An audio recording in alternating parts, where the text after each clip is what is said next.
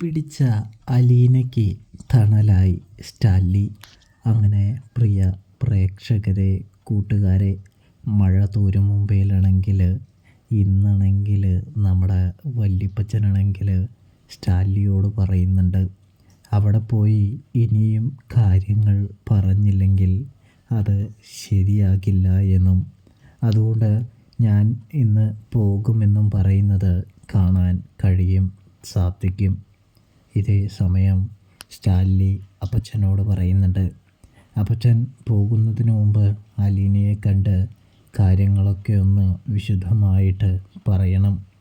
ആവശ്യമില്ലാതെ പ്രശ്നമോ കാര്യങ്ങളോ ഒന്നും തന്നെ ഉണ്ടാക്കരുതെന്നും തന്നെ അനുസരിക്കണമെന്നും തൻ്റെ ഓർഡറുകൾ, തൻ്റെ ചിട്ടകൾ പാലിക്കണമെന്നും അപ്പച്ചൻ പറയണമെന്ന് പറയുന്നു.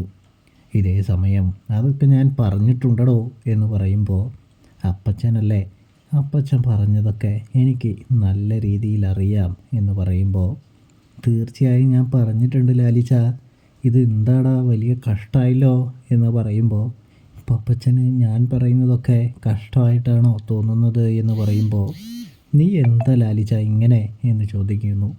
കൂടാതെ അലീനയെ നീ എന്തായാലും നല്ല രീതിയിൽ ശ്രദ്ധിക്കണമെന്നും അവൾക്ക് യാതൊരു ബുദ്ധിമുട്ടോ കുറവോ ഒന്നും വരരുതെന്നും പറയുന്നൊരു കാഴ്ച കാണാൻ കഴിയും, സാധിക്കും. ഇവിടെയാണെങ്കിലോ മനു ആണെങ്കിൽ വൈജയന്തിക്കിട്ടുള്ള കൊട്ടുകളിങ്ങനെ കൊട്ടിക്കൊണ്ടേയിരിക്കുകയാണ്. വൈജയന്തിയെ അല്ല, സത്യം പറഞ്ഞാൽ കടപ്പാട്ടൂർ വീട്ടിൽ ബാലേന്ദ്രനെ കാണാനും മക്കളെ കാണാനുമാണ് മനു വരുന്നത് കേട്ടോ. ഇതേ സമയം വൈജയന്തി മനുവിനെ കാണുമ്പോൾ തന്നെ പറയുന്നുണ്ട്, കുറേ നാളായല്ലോ കണ്ടിട്ട്, അലീന ഇവിടെ ഉണ്ടായിരുന്നാൽ മാത്രമല്ലേ ഇടയ്ക്കിടയ്ക്ക് വരുള്ളൂ എന്ന് ചോദിക്കുന്നത് കാണാൻ കഴിയും, സാധിക്കും. ഇതേ സമയം തന്നെ മനുവിന് ആ ചോദ്യം അത്ര പിടിക്കുന്നൊന്നുമില്ല. മനുവാണെങ്കിൽ പെട്ടെന്ന് തന്നെ വൈജയന്തിക്ക് പരമാവധി ഉത്തരങ്ങൾ കൊടുത്തുകൊണ്ടേയിരിക്കുന്നത് കാണാൻ കഴിയും, സാധിക്കും. ആൻറ്റി വിചാരിക്കുന്ന പോലെയൊന്നുമല്ല കാര്യങ്ങളെന്നും അധികം വൈകാതെ തന്നെ അലീന തിരികെ വരുമെന്നും വൈജയന്തിയോട് പറയുന്നത് കാണാൻ കഴിയുന്നു. അപ്പോഴാണെങ്കിൽ വൈജയന്തിയാണെങ്കിൽ ആകെ പേടിച്ച് വിറച്ച് നിൽക്കുകയാണ് എന്നും കാണാനായിട്ട് സാധിക്കുന്നു. എടാ മനു, നീ ആവശ്യമില്ലാത്തതൊന്നും വിളിച്ച് പറയില്ലേട്ടോ. എന്താണ് ഇത്ര വലിയ രഹസ്യമുള്ളത്? അലീന തിരിച്ചു വരാൻ പാകത്തിന് അവളെ പറഞ്ഞു വിട്ടതല്ലേ, അവൾ ഇനി ഒരിക്കലും വരില്ല എന്ന് പറയുമ്പോൾ അത് ആൻറ്റിയുടെ തോന്നൽ മാത്രമാണ്. തീർച്ചയായും അലീന വരും എന്ന് മനു പറയുന്നത് കാണാൻ കഴിയും. എന്താ ഇത്ര വലിയ കാര്യം അതിൽ? എന്തുകൊണ്ടാണ് അലീനയെ എല്ലാവരും ഇങ്ങനെ പൊക്കി പിടിച്ചുകൊണ്ടിരിക്കുന്നത് എന്ന് വൈജയന്തി ചോദിക്കുന്നു. അത് അധികം വൈകാതെ തന്നെ ആൻറ്റി മനസ്സിലാക്കുക ചെയ്യും. അതിനുശേഷം ആൻറ്റി തന്നെ അലീനയെ കൊണ്ടുവരിക തന്നെ ചെയ്യുമെന്ന് പറയുന്നത് കാണാൻ കഴിയുന്നുണ്ട്, സാധിക്കുന്നുണ്ട്.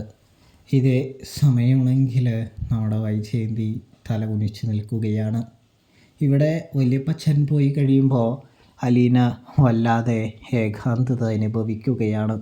മിണ്ടാനോ പറയാനോ സംസാരിക്കാനോ ആരുമില്ലാത്ത ഒരവസ്ഥ.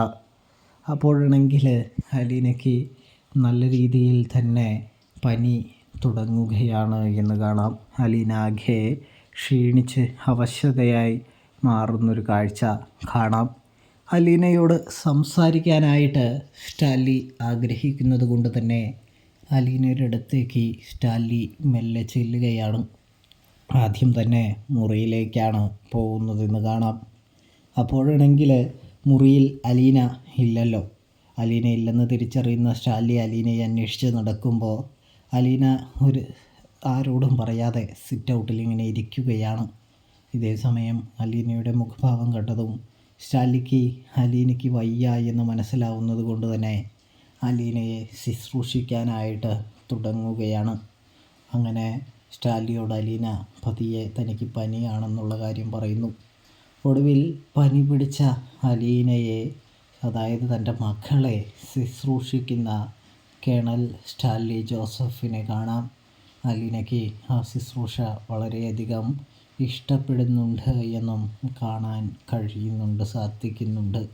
അലീനയെ പനി മാറുന്നതുവരെ ശുശ്രൂഷിക്കാനായിട്ട് സ്റ്റാൻലി തുടങ്ങുകയാണെന്നും കാണാൻ കഴിയും. അപ്പോൾ റിവ്യൂ ഇഷ്ടപ്പെട്ടാൽ സബ്സ്ക്രൈബ്